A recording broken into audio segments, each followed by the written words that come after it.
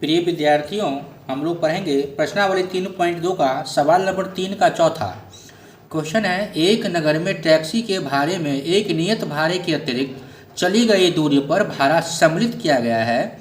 10 kilometre दूरी के लिए भाड़ा 105 रुपया है तथा 15 किलोमीटर के लिए भाड़ा 155 रुपया है।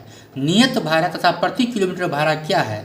एक व्यक्ति को 25 किलोमीटर यात्रा करने के लिए कितना भाड़ा देना होगा? नियत भाड़ा इसमें की चर्चा हो रही है और अतिरिक्त भाड़ा। नियत मान्य होता है फिक्स भाड़ा और अतिरिक्त मान्य होता है एक्स्ट्रा।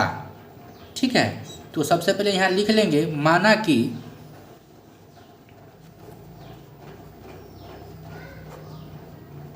माना कि टैक्सी का नियत भाड़ा को हम मान लेते हैं 100 रुपया। ठीक है, तथा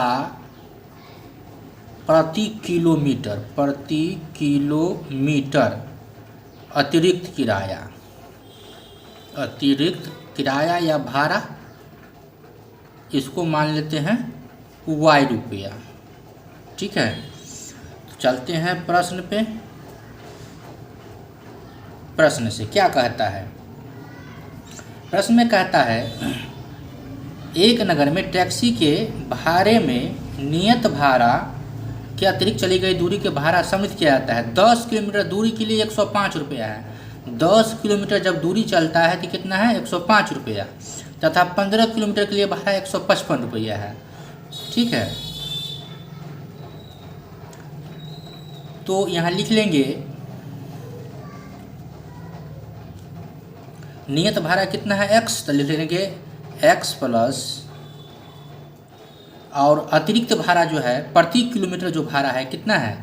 10 किलोमीटर दूरी के लिए 105 रुपया है, तो 10 किलोमीटर दूरी के लिए तो अतिरिक्त भाड़ा y है, तो यहाँ हो जाएगा 10y बराबर कितना? 105 रुपया। ठीक है, ये हो गया समीकरण 1 तथा समीकरण 2 भी बनाइए लेते हैं।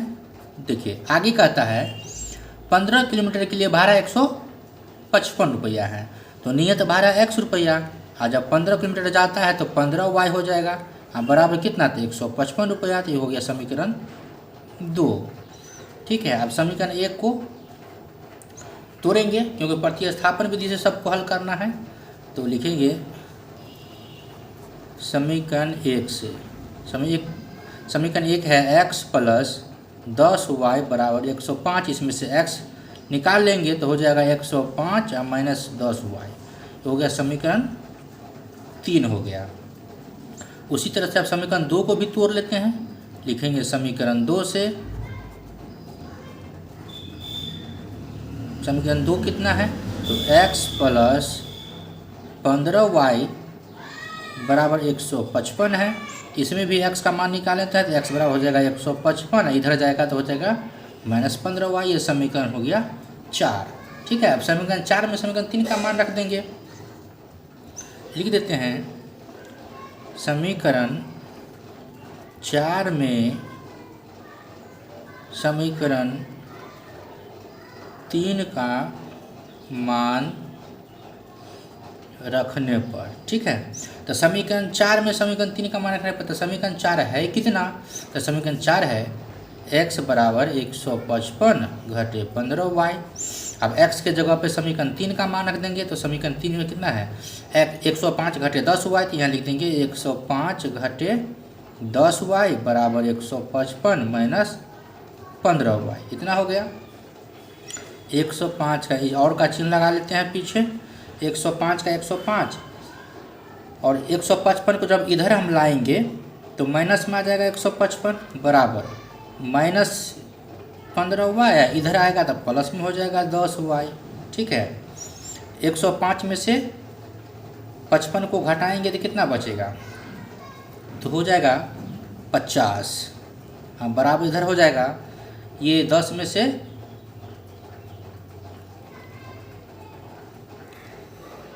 अच्छा 155 है ना, 155 है, सॉरी 155 है। यहाँ 155 घटेगा तो माइनस 50 हो जाएगा बराबर इसको घटाएंगे तो माइनस कितना हो जाएगा? -5 हो जाएगा 5y। माइनस से माइनस कैंसिल, इसीलिए y बराबर 50/5, 10 पच्चे 50। तो y का मान कितना हो गया, y के बराबर हो गया 10, यहाँ लिख देंगे, इसीलिए y बराबर 10। y का मान निकल गया। अब हम क्या करेंगे, x का मान निकालेंगे।